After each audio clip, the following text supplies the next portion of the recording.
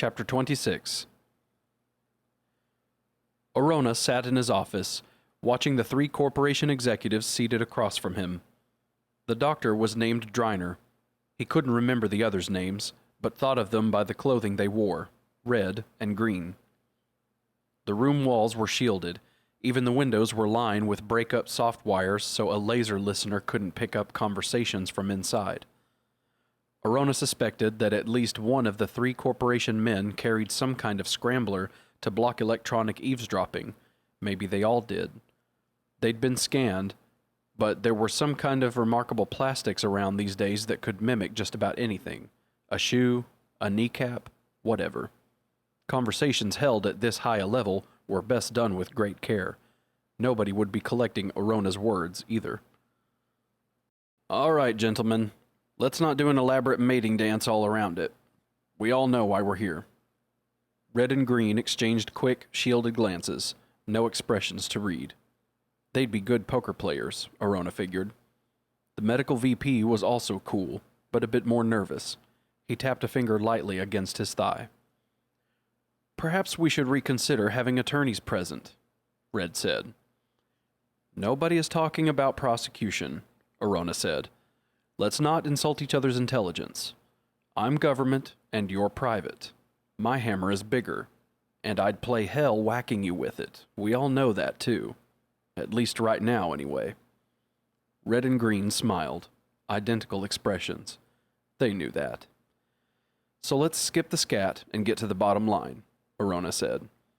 "You had one of the aliens tucked away down in your SA lab, and some religious fanatics broke in and got themselves impregnated by the thing's embryos. We all know that. Your specimen got cooked in the explosion that destroyed the lab.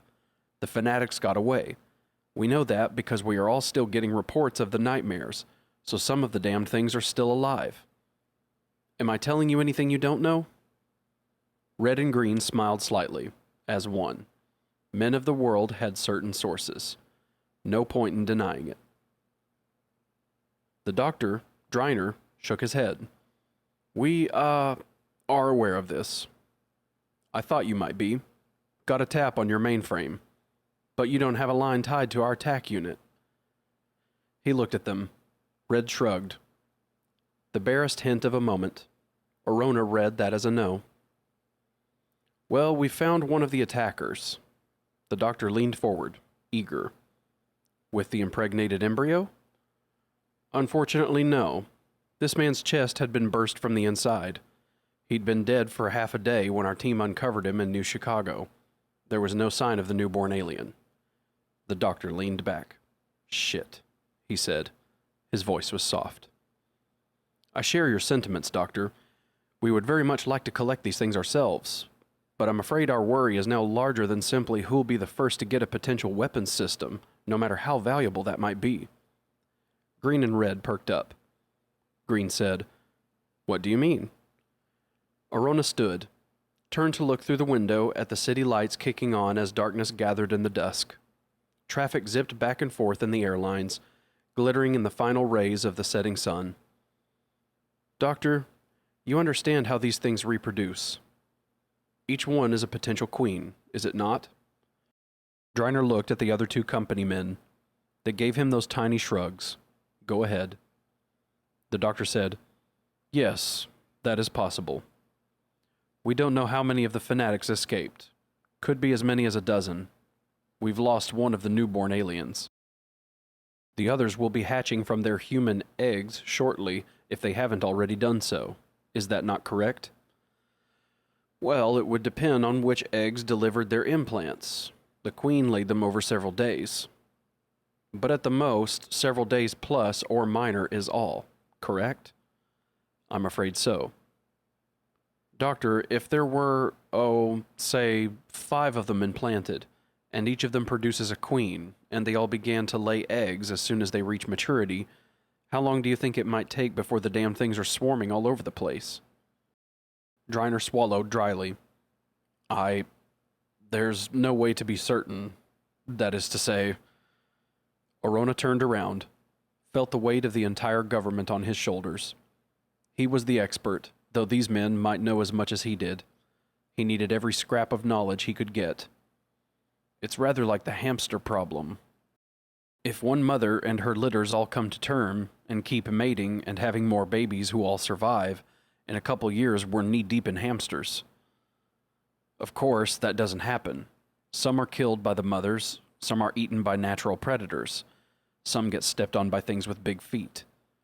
But these aliens don't have any natural predators on this world. It takes armor-piercing military-grade weaponry to kill one, and even then it isn't easy. We have the reports from our colonial marines' encounters with them. A Chinese farmer with a pitchfork, an Australian bird hunter with a shotgun, they'll be wasting their time trying to stop a full-grown alien with either of those weapons, correct? The doctor again swallowed. The question was rhetorical. In fact, just about anybody who comes against one of these things is going to regret it. They reproduce like hamsters. The queens don't even need mates. They come of age real fast. We don't know where they will start to pop up. The fanatics have spread out. We've gotten reports of them all over the globe. Some have to be discounted, of course, but if 1/10 of the material is correct, we are going to start seeing these things making themselves known in both hemispheres from the equator to the poles. Chicago is a long way from Lima. And gentlemen, that means that we will all be in very deep shit. I expect your cooperation in every way to stop that, because if we don't stop it, making that big end of the year bonus is going to be the last thing you have to worry about. These things will be killing so many people that you'll hear the survivors' outraged screams on Mars, and every one of them will be calling for heads to roll. I'll give them yours, then the government will give them mine. The doctor licked dry lips. Even those two cosmopolitan men of the world, red and green, looked unhappy with that idea. Good. Orona had them. Now he hoped it wasn't too late. He didn't want to express his own worst fear, that the things would get well established enough so the very survival of mankind on the planet would be in jeopardy. Of course, that was the worst case scenario. He didn't really think that would happen. It was just a nightmarish worry. He hoped.